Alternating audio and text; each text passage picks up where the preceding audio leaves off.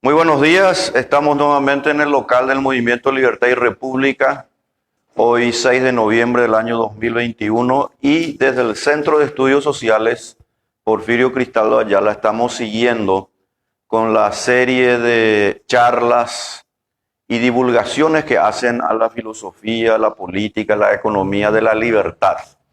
El Movimiento Libertad y República, como ustedes saben, rinde homenaje, establece las ideas que varios de sus esclarecedores, es decir, personas que realmente han contribuido para una mejor comprensión de la sociedad libre, del individuo y de su entorno social, han llevado a cabo desde los clásicos de Grecia, Roma, la escuela de Salamanca, la escuela escocesa, la escuela norteamericana, y de luego como el que hoy vamos a estar viendo, un esclarecedor y realmente un gran académico, el profesor Douglas North, quien ganó el Nobel de Economía en el año 1993 por diversos aportes que llevó a cabo.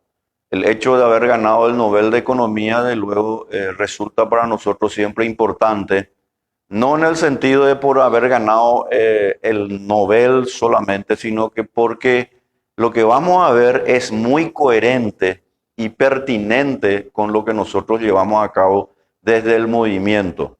Así que le agradecemos la presencia a todos los que nos están viendo, a todas las personas que luego, como sabemos, vuelven a ver los videos y los utilizan como finalmente herramientas de aprendizaje. Y eso a nosotros realmente nos hace sentir muy orgullosos por lo que estamos llevando a cabo. Así que después vamos a estar hablando también porque las reuniones que tenemos los sábados tienen dos partes, una académica, cultural y otra estrictamente política, ¿verdad?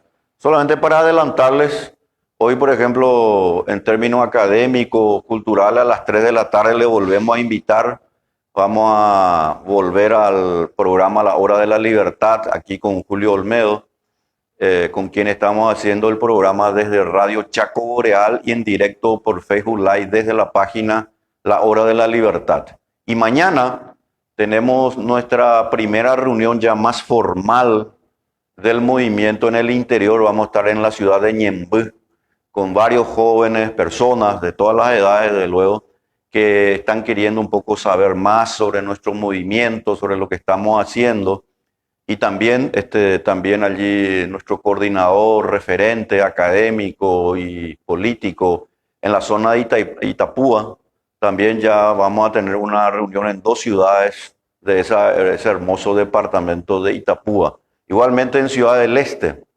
Así que de a poco estamos organizándonos, estamos también saliendo al interior y queremos aprovechar entonces esta ocasión para invitarles para que vengan al local. El local está sobre Sargento Gauto, 814, casi Venezuela, y estamos haciendo ya las suscripciones para lograr ese gran deseo que todos tenemos, la de constituirnos en un partido, el primer partido libertario en el Paraguay, y que creo yo vamos a lograrlo.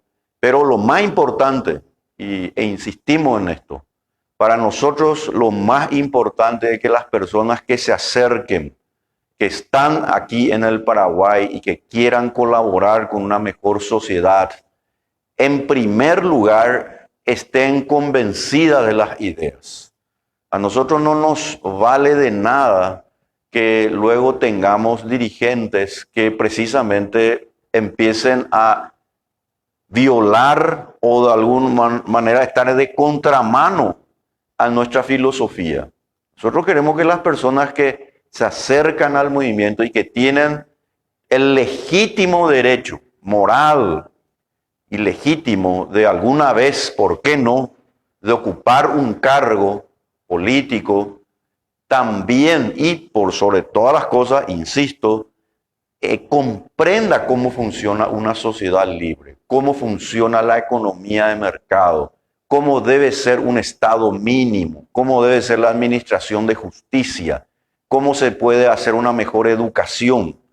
Pero para eso, y termino con la presentación, tenemos que saber sobre un aporte de este gran este profesor académico, el profesor Douglas North, que a propósito ayer fue su natalicio, su cumpleaños y motivo por el cual estamos ya de manera constante haciendo lo que se denomina los recordatorios de las grandes personalidades, tanto nacionales como internacionales, que tiene nuestro país, que de luego comulgan con nuestras ideas. Así que vamos a iniciar. Voy a pasar a hablarles por detrás de la cámara, así que con mucho gusto. Hoy hablamos sobre Douglas North y la importancia de las instituciones.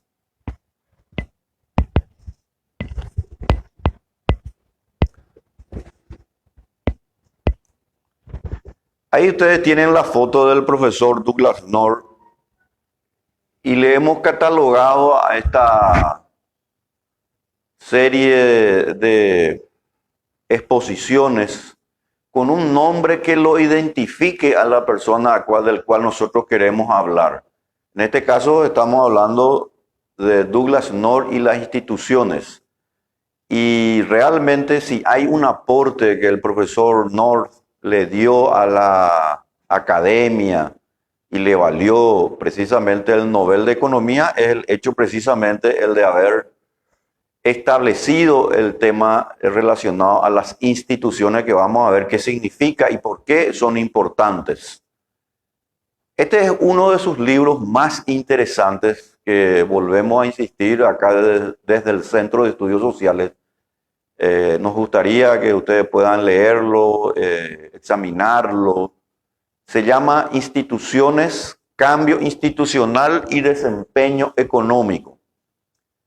Haciendo una breve introducción sobre este libro, ustedes van a notar allí que hay 3 secuencias de situaciones que ya el profesor Douglas North nos invita a reflexionar. En primer lugar está la palabra, como ustedes van a ver, instituciones. Y luego está el cambio institucional y está el desempeño económico. Esto es algo que para nosotros en el movimiento Libertad y República es muy importante. No puede haber desempeño económico, no puede existir una economía de mercado vigorosa, fuerte, que pueda elevar los salarios, el nivel de la tasa de ahorro, el nivel de la tasa de inversión, sin unas instituciones que promuevan la economía. Por eso es que nosotros le damos mucha importancia en el movimiento a las cuestiones que hacen a la política y a la economía. No existe desempeño económico sin un cambio institucional que de luego lo haga posible, y a su vez el cambio institucional va a depender de las instituciones. Otro libro que desde luego no podríamos dejar de mencionar, porque el profesor Douglas North, además de economista, era un gran historiador. Y este es un libro que realmente invita a que cualquier persona interesada en la historia realmente le va a seducir de una manera que realmente creo que su lectura les va a agradar muchísimo. Se llama El nacimiento del mundo occidental. Y allí él establece desde el año 900 al año 1700 una historia económica desde la perspectiva de lo que es el surgimiento de un mundo occidental. Este libro, sinceramente, alguna vez más adelante vamos a estudiarlo, analizarlo, intercambiar algunos pareceres con mayor detenimiento, porque cuando ustedes ven allí el nombre mundo occidental, tiene mucho que ver con lo que ahora está sucediendo precisamente en el mundo del siglo XXI. Hay como una suerte de cultura de cancelación. Ustedes saben que la cultura de cancelación que trata de imponer lamentablemente la izquierda y todos los colectivistas es la de hacernos creer que el mundo occidental en realidad tiene que ser relegado y olvidado. Por ejemplo, algunas personas, instituciones dicen, por ejemplo, que deberíamos echar y tirar, si fuera posible, directamente al suelo las estatuas, por ejemplo, de Cristóbal Colón, las estatuas de Thomas Jefferson, de Abraham Lincoln, de George Washington, de Winston Churchill, por decir algunos. ¿Por qué? Porque para ellos estas personas representan una suerte de mundo machista que es contrario a lo que ellos consideran.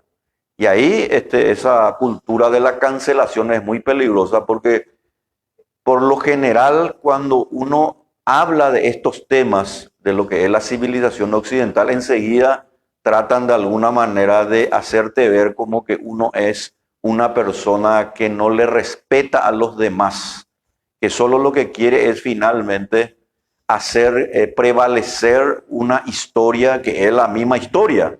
En consecuencia, ese término que están ahí, el nacimiento del mundo occidental, es realmente muy interesante. Es otro de los libros que escribió con el profesor Robert Paul Thomas. ¿Quién fue el señor Douglas North? El señor Douglas North justamente nace el 5 de noviembre de 1920. Fue un economista e historiador norteamericano, fue laureado con el premio Nobel, como van a ver ahí.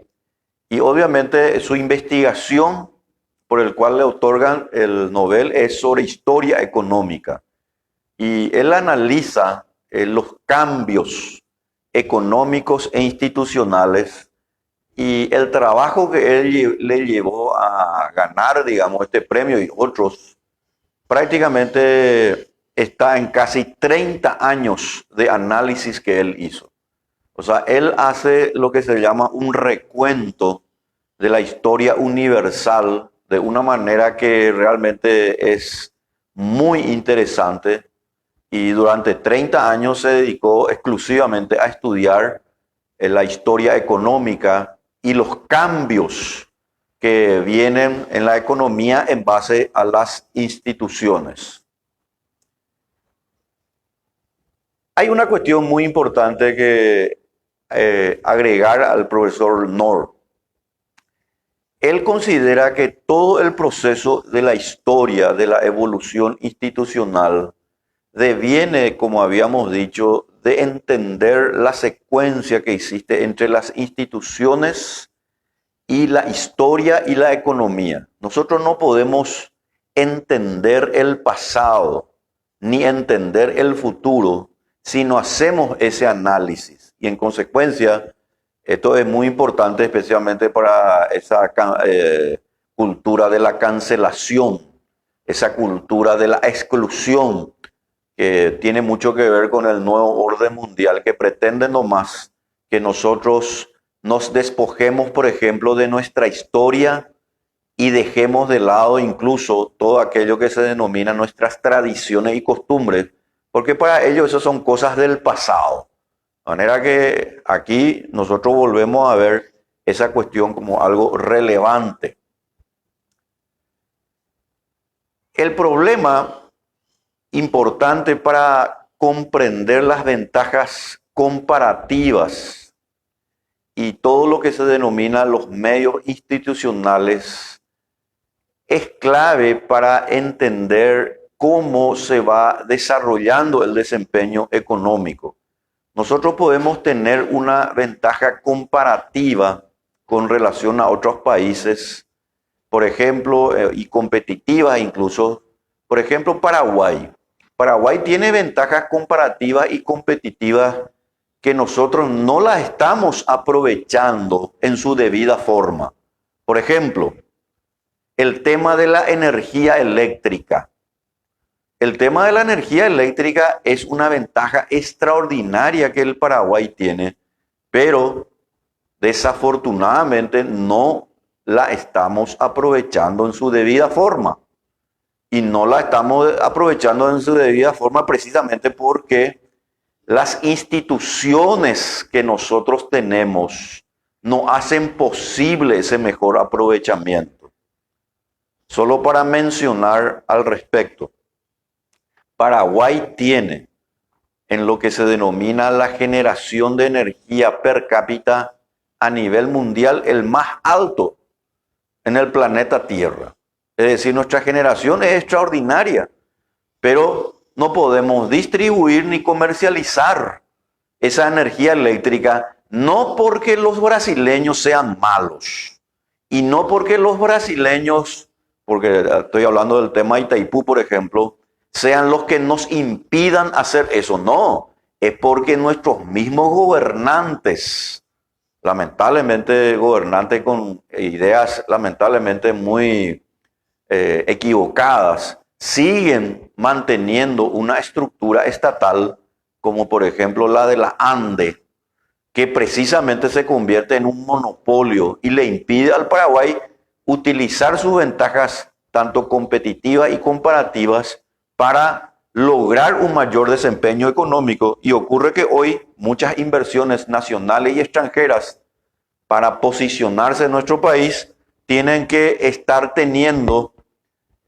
sus propios generadores de energía eléctrica, es decir, tener allí un generador para que cuando se corte la electricidad, y eso como ustedes saben en términos del comercio, en términos de la industria, es negativo, es decir, no produce precisamente incentivos para que las personas puedan contar con esa importante fuente de energía.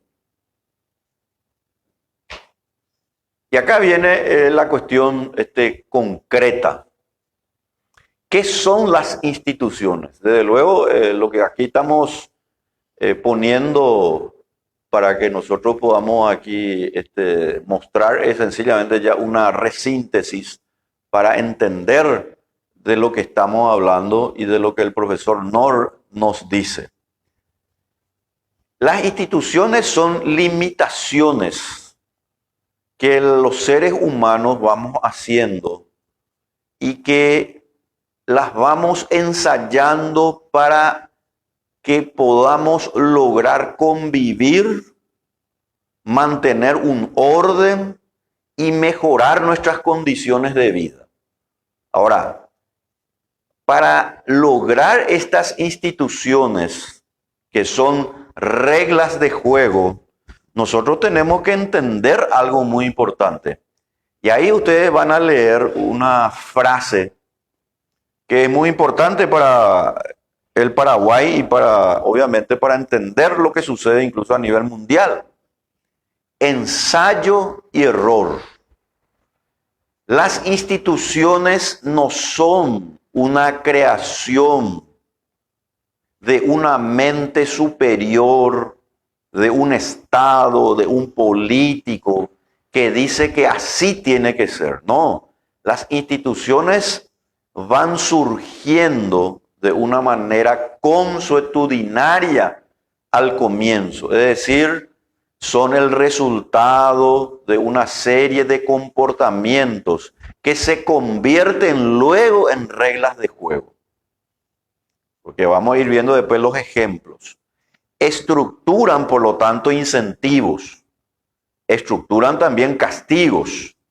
Y hacen que finalmente el comportamiento humano, en todos los aspectos, en la política, en la economía, puedan darse en una sociedad. En consecuencia, las instituciones son formas de comportamiento en la que nosotros vamos creando finalmente ciertas reglas de juego.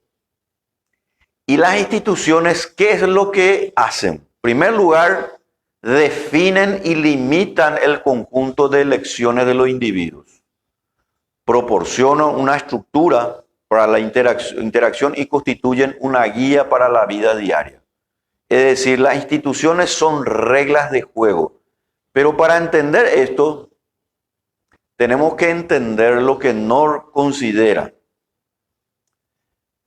Las instituciones permanentemente, cuando nosotros consideramos que son ciertas y que nos conducen a un mejor relacionamiento, reducen la incertidumbre y también hacen posible la dinámica del cambio.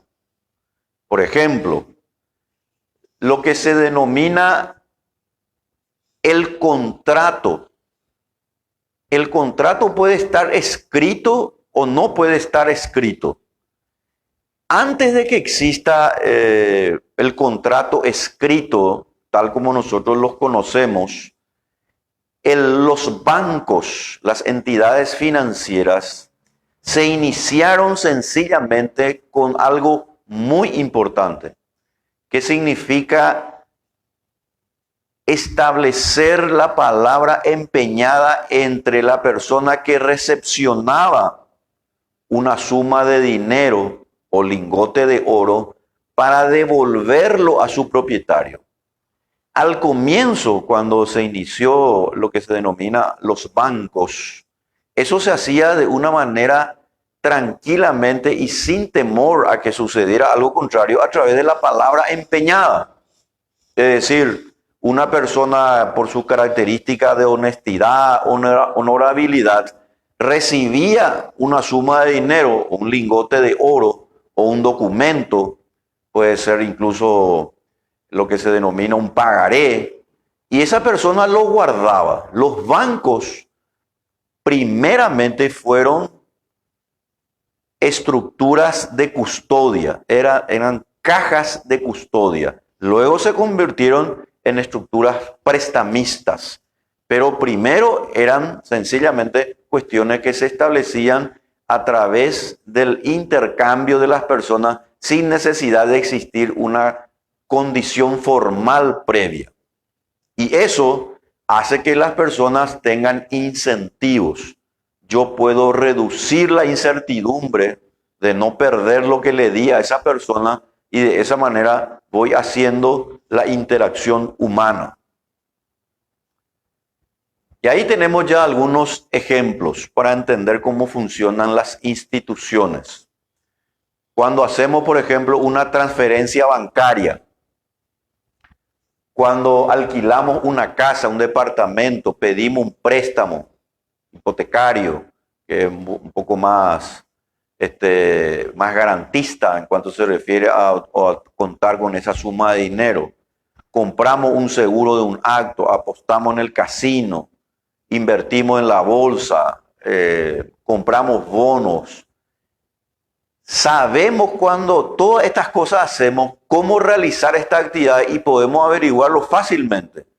Por ejemplo, cuando hoy en día utilizamos la banca electrónica, yo doy por sentado que la transferencia de dinero, poner un ejemplo, que voy a hacerle a otra persona se va a realizar sin tener ningún inconveniente con la intermediaria, que en este caso sería la entidad bancaria, y que la persona va a recibir ese dinero.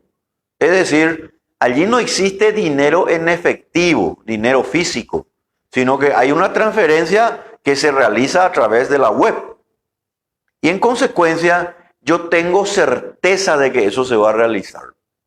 Cuando yo alquilo una casa o un departamento, la institución que me dice a mí alquilar es porque en primer lugar yo confío en la persona a la cual yo le voy a alquilar.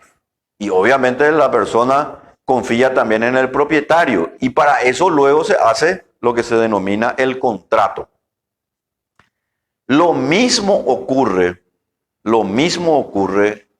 cuando eso va dependiendo de entornos como son el contexto geográfico y el momento histórico. Por ejemplo, yo hoy no puedo obtener un préstamo a bajas tasas de interés en un país donde la inflación cada vez es más alta. Y es muy sencilla, porque en el momento histórico y en el contexto geográfico, obviamente no existe ninguna garantía para obtener finalmente un préstamo, porque si lo obtengo, la tasa de interés que para devolver ese dinero está muy por encima de la inflación.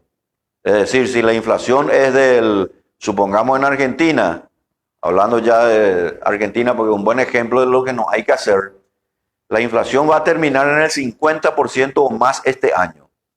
Es lógico que el prestamista, o sea, la entidad que te va a otorgar el préstamo, no te va a dar el préstamo a una tasa de interés por debajo de la inflación. Te tiene que dar por encima de la inflación. Entonces, quiere decir que la institución, confianza que nosotros tenemos en el gobierno o en ese gobierno está totalmente rota. No es posible realizar préstamos cuando nosotros tenemos una inflación cada vez más alta. A propósito, ese es un tema que en el Paraguay tenemos que tener mucho cuidado porque lo podemos perder. Una cuestión muy importante cuando hablamos de las instituciones es conocer las normas y las consecuencias de su violación. Es decir, la eficacia en conocer lo que nosotros estamos haciendo y el tipo de obligación que nos obliga a que nos lleva a eso, hace que finalmente nosotros podamos tener esa certidumbre de hacer o no hacer algo. Y en consecuencia, el castigo en cuanto a su corrección hace que finalmente nosotros sepamos que esto me conviene o no me conviene. Y en consecuencia, la institución a la que nosotros hemos creado nos permite a nosotros realmente decirnos que si se incumpliera algo que está escrito, por ejemplo, o no está escrito, va a tener una consecuencia. Por eso que la institución es muy importante, porque es un acuerdo que nosotros llevamos a cabo con las demás personas. Y allí es donde, como todos sabemos, y esto simplemente Douglas no nos recuerda para que nosotros tengamos una guía. Las instituciones pueden ser formales y pueden ser informales. Las instituciones formales son las que nosotros mismos de alguna manera las vamos creando, los seres humanos, y las constituimos en cuestiones que hacen a nuestro relacionamiento social. El ejemplo más común de institución formal son las leyes.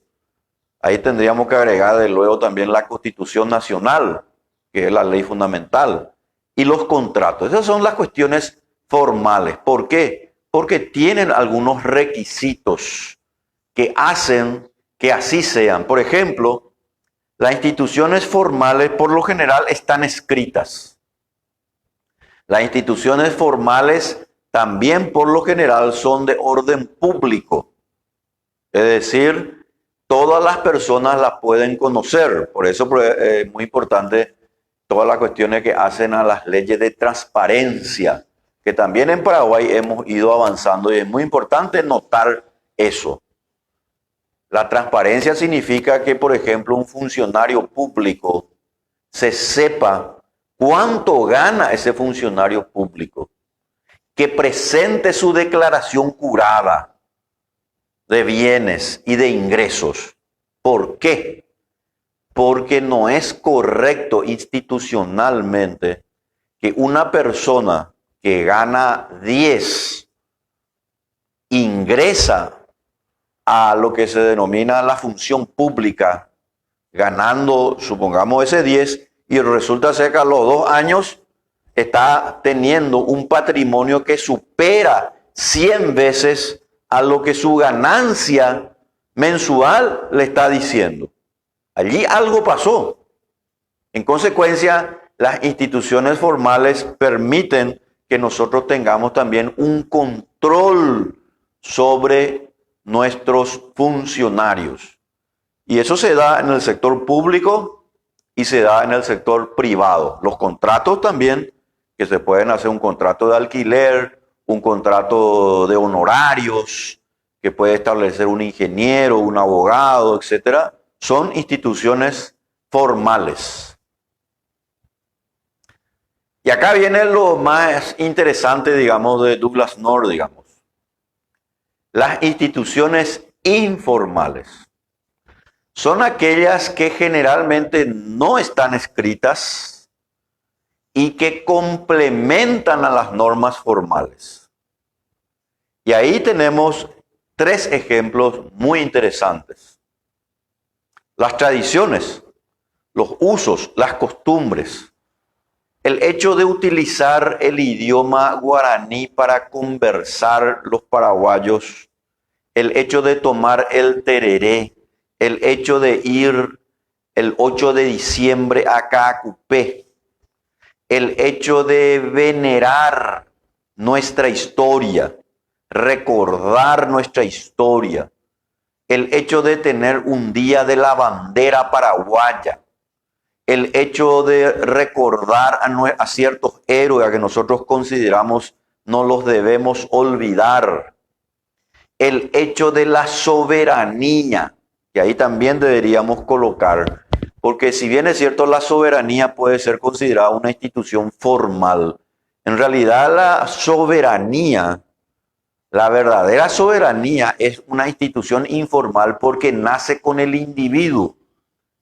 y se establece en el Estado. Este también es un tema muy importante para nosotros porque tiene mucho que ver con la batalla que hoy tenemos a nivel mundial. Por ejemplo, la soberanía es la decisión plena que tiene una nación constituida en Estado para decidir a través de sus representantes lo que se debe o no hacer en cuanto, por ejemplo, a aplicar un acuerdo internacional. Por ejemplo, nosotros en el Paraguay tenemos que aplicar la ideología de género. Pues que lo diga el Banco Mundial, que lo diga las Naciones Unidas, que lo digan los más grandes gurúes, eso lo pueden decir. Pero vamos a irnos al centro del tema. La institución que va a decidir eso en términos formales es, por supuesto, a través del Congreso de la Nación, donde están nuestros representantes. Pero la primera institución que va a decidir y que va a incidir sobre nuestras tradiciones, nuestras costumbres, sobre nuestra familia, somos nosotros, los individuos. En consecuencia, estas instituciones informales complementan las normas formales. En consecuencia, nosotros le tenemos que dar mucha importancia a esta cuestión de las tradiciones, los usos, las costumbres, porque hay una teoría cada vez más fuerte de que en el mundo hay algunas personas superiores a otras, organismos internacionales que quieren nomás imponernos sus ideas. Entonces tenemos un problema con esta cuestión. Tenemos el problema de que esa forma de sometimiento es sencillamente la abdicación de nuestra soberanía como Estado, que es muy importante, pero todavía más es la abdicación de nuestra soberanía como individuos. Y en consecuencia, lo más importante es la persona, es lo individuo. Y luego, desde luego, si eso se va a decidir como una cuestión formal y si el Congreso, por ejemplo, lo va a aprobar. Y acá viene la cuestión del desempeño económico. Hoy hay una brecha ciertamente muy grande entre las naciones más desarrolladas y las naciones que son muy pobres. Las naciones como las que conforman la Unión Europea, los Estados Unidos, son naciones o países muy desarrollados. Ahora, lo que tenemos que ver es por qué está sucediendo eso. ¿Por qué hay esa diferencia tan grande entre unos países y otros? Y más allá de aquel famoso libro de autores que hablaban, por ejemplo, ¿por qué fracasan los países? Es porque precisamente Douglas North nos da mucho interés y mucha importancia a las instituciones. Instituciones débiles que no respetan la propiedad privada.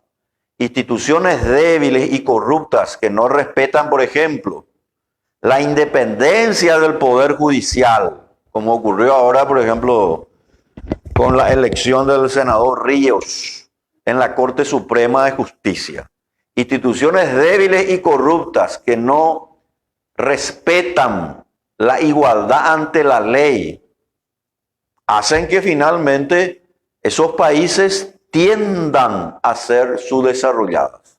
Las instituciones donde se respetan ciertas reglas de juego, no se olviden que las instituciones son reglas de juego, la tendencia es que esos países van a ser mejor y más desarrolladas que las subdesarrolladas.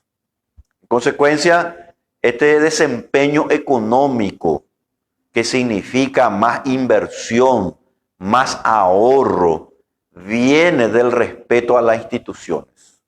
Y la primera institución que nosotros tenemos que respetar es precisamente lo que nosotros sabemos muy claramente ya aquí en este movimiento, que son los 3 derechos inalienables y superiores al Estado: la vida, la libertad y la propiedad. El principal problema, el principal acertijo o enigma que tenemos que hoy tratar de entender es el siguiente. ¿Qué es lo que hace que una sociedad realmente pueda ser mejor que otra? ¿Por qué en ciertos lugares lo que se denomina el bienestar, el progreso, deviene cada vez más fuerte o surgen cada vez más rápido, y en otros países, en otros lugares, el estancamiento se vuelve una cuestión casi endémica, casi institucional? No se olviden ustedes que una característica de Latinoamérica y de Paraguay, desde luego, como parte de esta región, es lo que se denomina la corrupción institucionalizada. ¿Y qué significa corrupción institucionalizada? La corrupción institucionalizada significa en donde las instituciones ya no funcionan. Y si funcionan, son muy débiles. Entonces, tenemos nomás que finalmente el Estado o el gobierno ya no garantiza la propiedad privada. No. Garantiza precisamente que la propiedad privada sea más bien cada vez más violada. Y acá viene la parte final. La evolución del marco institucional que sucedió especialmente en el siglo XIX hizo que en el mundo, y especialmente en esos países que entendieron de la importancia de las instituciones, el desarrollo económico y político se maximizara, es decir, las personas puedan maximizar sus actividades y en consecuencia se elevó la productividad. No se olviden que productividad, en términos de desempeño económico, significa producir más con lo mismo y lo mismo con menos. Productividad, repito, es producir más con lo mismo y lo mismo con menos. Por ejemplo, si yo tengo un tractor y puedo producir en una hectárea, supongamos 100, es porque la productividad se elevó. Porque si yo tuviera una azada o una pala, probablemente no voy a producir 100, sino que voy a producir 10. Y esto es lógico. ¿Por qué? Porque la tecnología, la inversión de tener un tractor en un fondo determinado, eleva mi productividad Y la productividad también significa que yo lo hago en menos tiempo. Yo, en lugar de trabajar 8 o 10 horas, puedo trabajar en esa propiedad, en ese terreno, 6 o 4 horas. Y esto es porque se elevó la productividad. Ahora, para yo elevar la productividad, para tener ese tractor, siguiendo con el ejemplo, tengo que haber invertido previamente. Y para invertir también tengo que haber ahorrado previamente. Y para elevar mi productividad, aumentar finalmente mi inversión, aumentar mi ahorro, yo tengo que crear instituciones. ¿Y cuáles son esas instituciones? Instituciones políticas y económicas. Instituciones que puedan crear incentivos a la propiedad privada. Cuando las personas saben que su propiedad es respetada y garantizada, cuando las personas saben que su libertad no va a ser violada o de alguna manera amedrentada por el poder político o por cualquier otro poder, las personas tienen incentivos. Y esos incentivos acrecientan nuestros talentos, acrecientan nuestras capacidades. Las personas quieren trabajar más. Las personas quieren estudiar más. Y desde luego, cuando las instituciones son firmes, promueven la libertad, garantizan la propiedad privada, las personas quieren y tienden también a ahorrar más, a invertir más. Y eso significa aumentar nuestros salarios y las ganancias empresariales.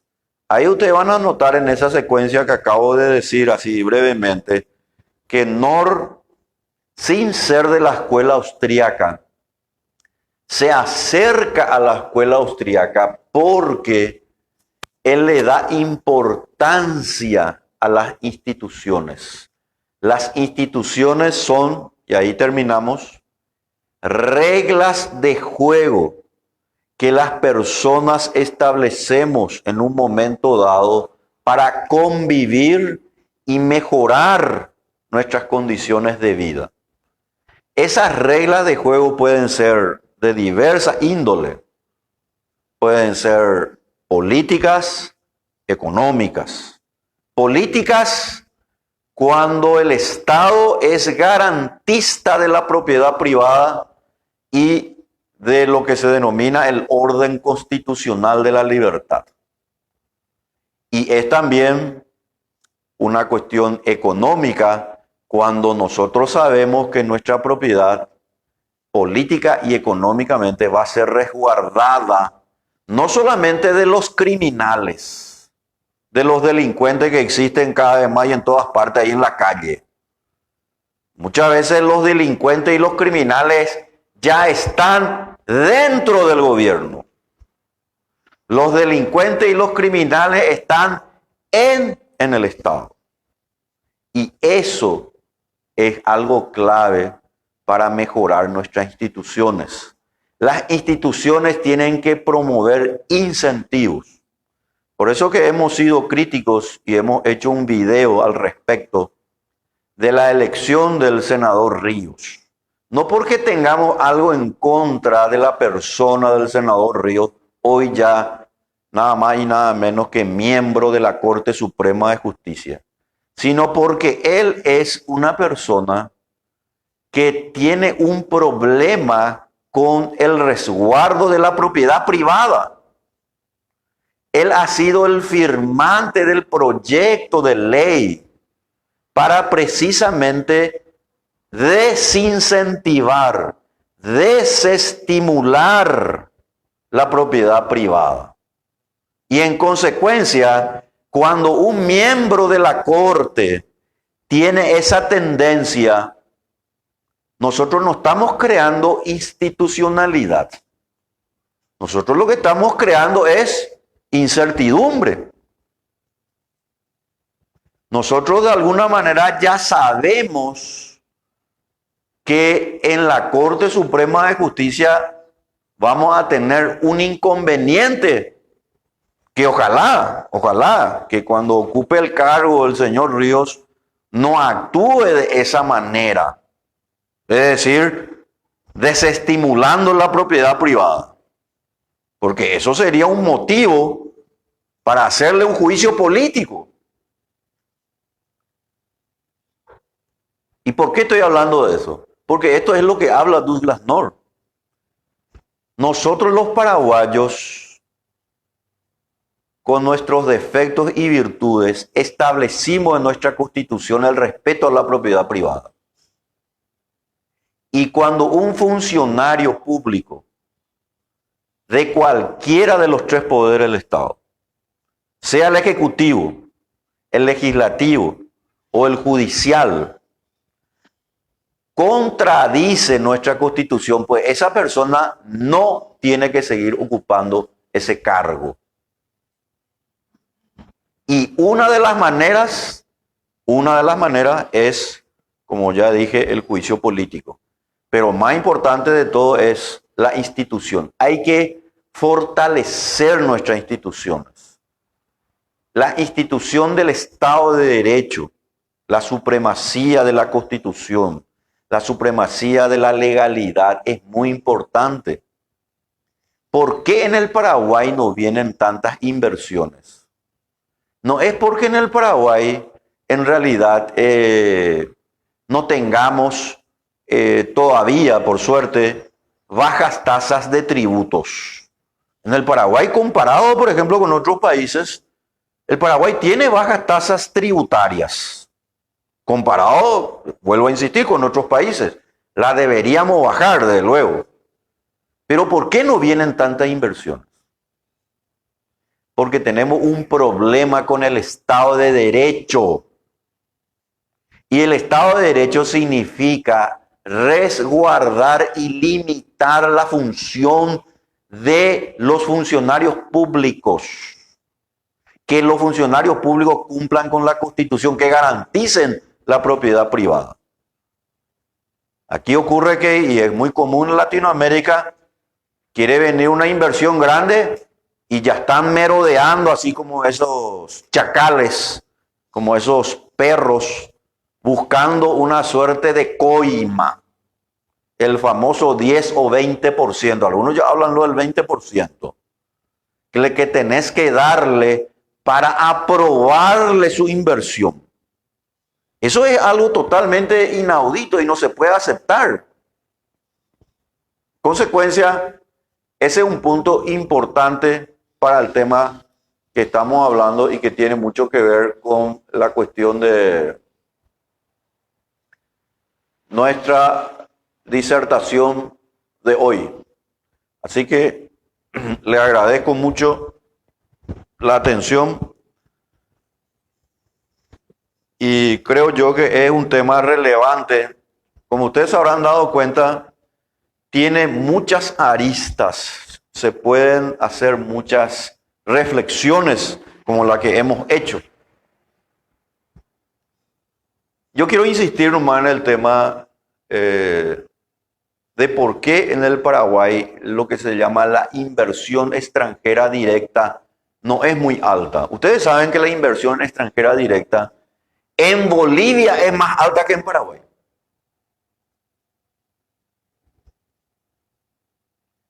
Nosotros los paraguayos no podemos permanecer impávidos. No podemos permanecer... ¿Qué es lo que pasa acá? No puede ser. Nosotros tenemos que amar a nuestro país. Paraguay tiene que ser un centro de grandes inversiones nacionales y extranjeras. Más inversión significa mejores salarios. Más inversión significa que los pobres van a salir de la pobreza. Más inversión significa más puestos de trabajo. ¿Por qué no hay inversión en el Paraguay? Y vuelvo a insistir, No es solo porque no tengamos el tema impositivo, que todavía estamos ahí, es porque nuestras instituciones son débiles. Cuando no se protege la propiedad privada, nosotros no vamos a crear las condiciones. Por fortuna, el sector agropecuario con gran esfuerzo, la ganadería, la agricultura y también de luego todo lo que hace a los servicios en general, está haciendo un gran esfuerzo, pero no tiene el acompañamiento genuino, cierto, del Estado en cuanto se refiere a otorgarle las plenas garantías a la seguridad. Acá en el Paraguay tenemos un problema de seguridad. Y de luego tenemos un problema de seguridad porque nuestros mismos gobernantes se muestran inseguros. Inseguros ellos mismos. Porque de paso no son líderes. Son un remedo de caudillos. Son más bien personas que lo que quieren es volverse ricos de la noche a la mañana. Acá terminó la era de Eligio Ayala y de Eusebio Ayala. Lamentablemente, pero tenemos que volver.